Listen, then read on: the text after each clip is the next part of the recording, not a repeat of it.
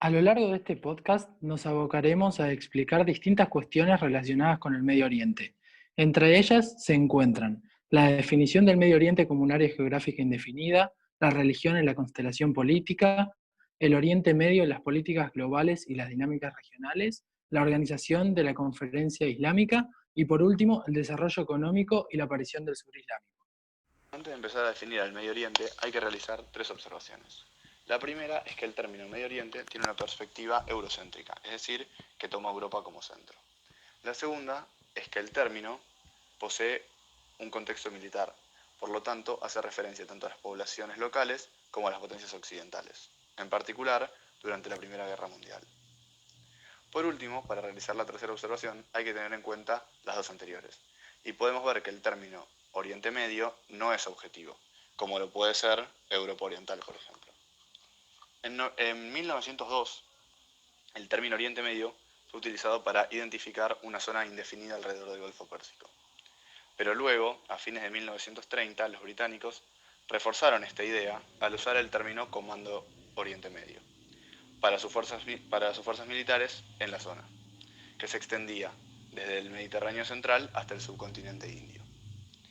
Por 1960, la Sociedad Nacional Geográfica tituló su mapa de la zona Tierras del Mediterráneo Oriental, pero años más tarde esta designación fue cambiada a Medio Oriente. El término Oriente Medio es controversial a los ojos del público que pertenece a esa región. Por ejemplo, los nacionalistas árabes piensan que se utiliza para restar la importancia al carácter árabe de la zona. Por eso, ellos han visto que en el occidente el término Medio Oriente se utiliza como un mosaico étnico, que es un término empleado para describir la mezcla de los grupos, idiomas y culturas de un lugar específico. En este caso sería de la parte de África y Asia. En un esfuerzo para evitar la aplicación de una perspectiva eurocéntrica, algunos especialistas buscaron una terminología más objetiva, como lo puede ser el sudoeste de Asia. Pero esto no se logró porque el término Oriente Medio es preferible por su uso y aplicabilidad. Por otra parte, la palabra medio hace referencia a su ubicación central y el eje tricontinental de la región.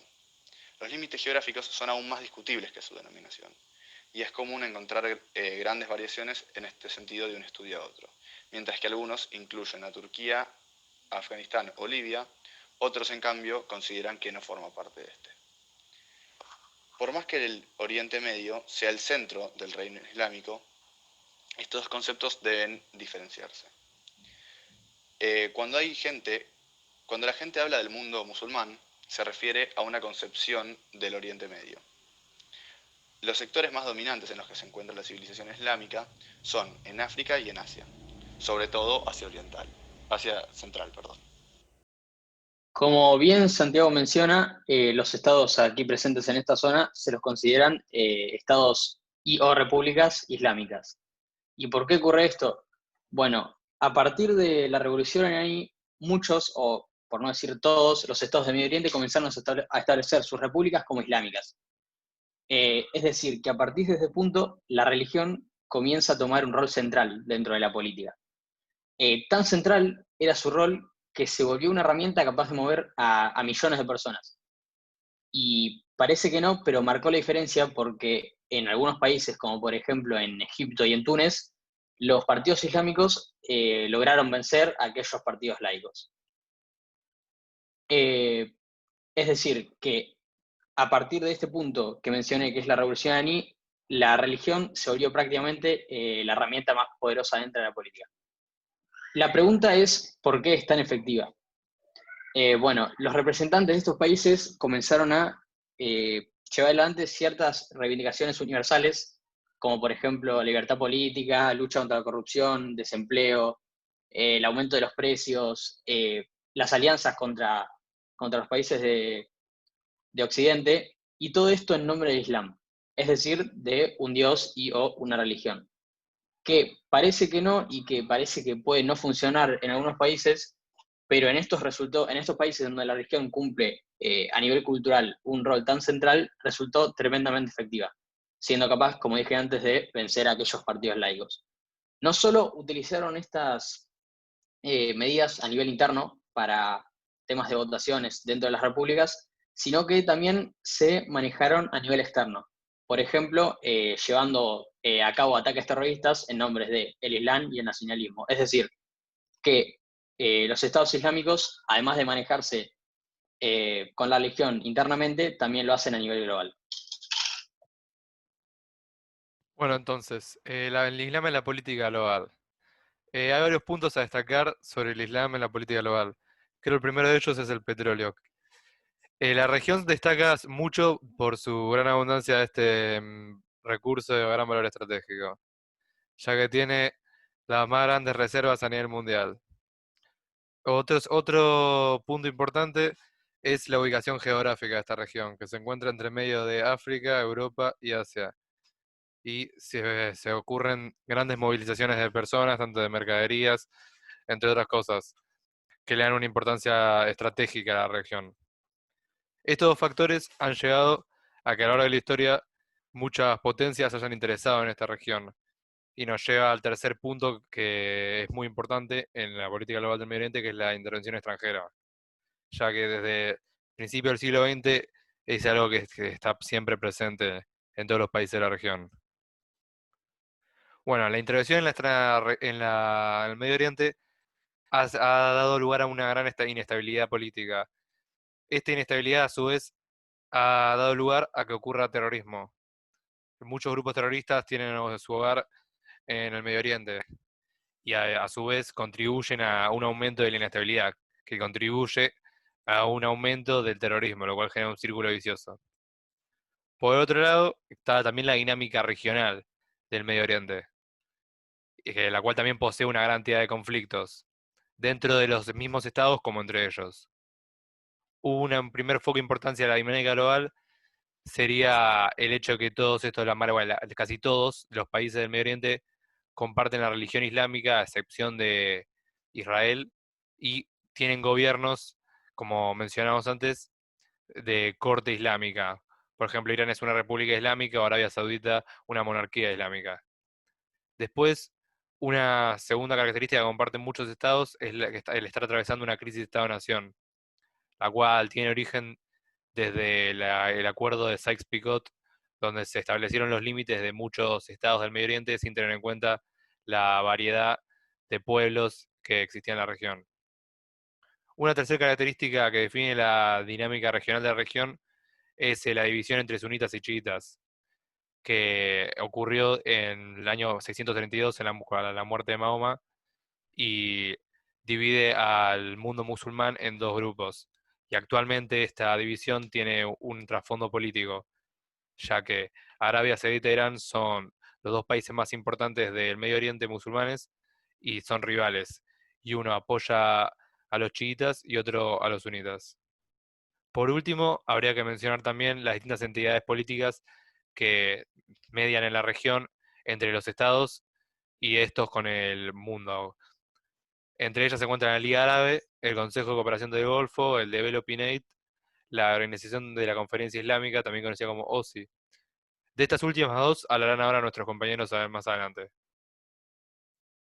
Bueno, la Organización de la Conferencia Islámica, más conocida como la OCI, es la mayor organización islámica existente. Fue creada en 1969 por un grupo de estados musulmanes y tiene como objetivo movilizar los esfuerzos de los musulmanes en todo el mundo, pero principalmente en relación a los asuntos políticos. Además, mantiene una orientación de Estado-Nación, creando una brecha entre la visión normativa y la realidad política. Actualmente se constituye por 57 países, que a pesar de tener diferentes estructuras sociales y políticas, diferente población, tamaño, posición económica e inclinación geopolítica, se encuentran relacionados en cuanto a un aspecto determinante, la religión. Sin embargo, después de la Guerra Fría, la OCI no ha podido adaptarse ni transformarse al nuevo entorno de las instituciones internacionales.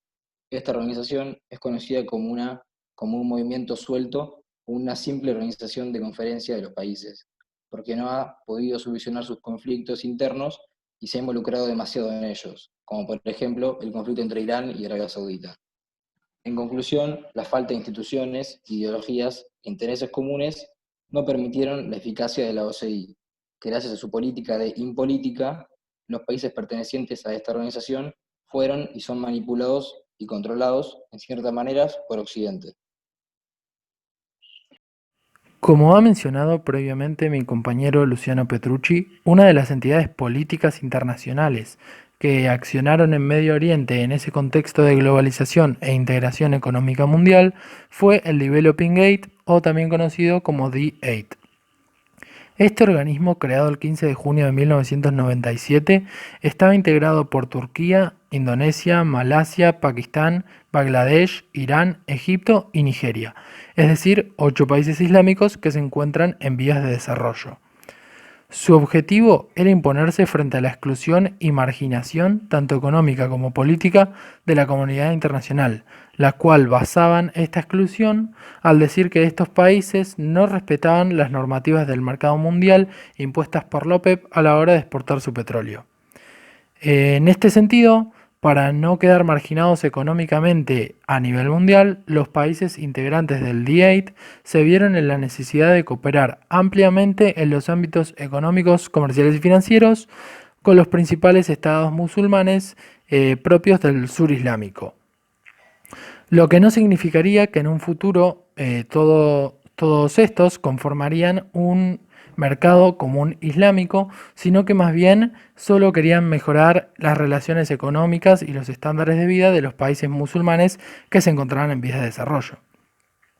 Además, el D8 buscó revitalizar un grupo pequeño pero fuerte de países islámicos para poder así superar los obstáculos que representaban la urgencia por responder al deterioro de la situación mundial contra los musulmanes y la disminución o hasta eliminación de la burocracia que provenía básicamente de aquellos países que antes formaban parte de la OCI, lo que les permitiría resolver estos problemas, revitalizar el mundo musulmán y con ello poder finalmente insertarse y participar de las políticas globales, tanto económica como políticamente.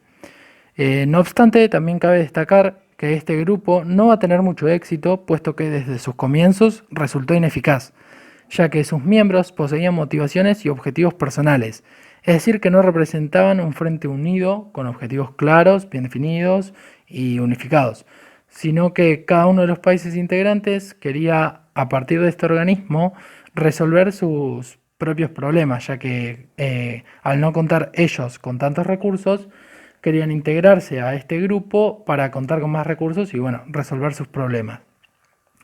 Luego, por último, pero no menos importante, también podríamos mencionar que este grupo, el D8, fue considerado por el mundo occidental, principalmente por Estados Unidos, como un organismo antioccidentalista, ya que, como había dicho al principio, no habían tenido en cuenta las necesidades especiales de desarrollo internacional.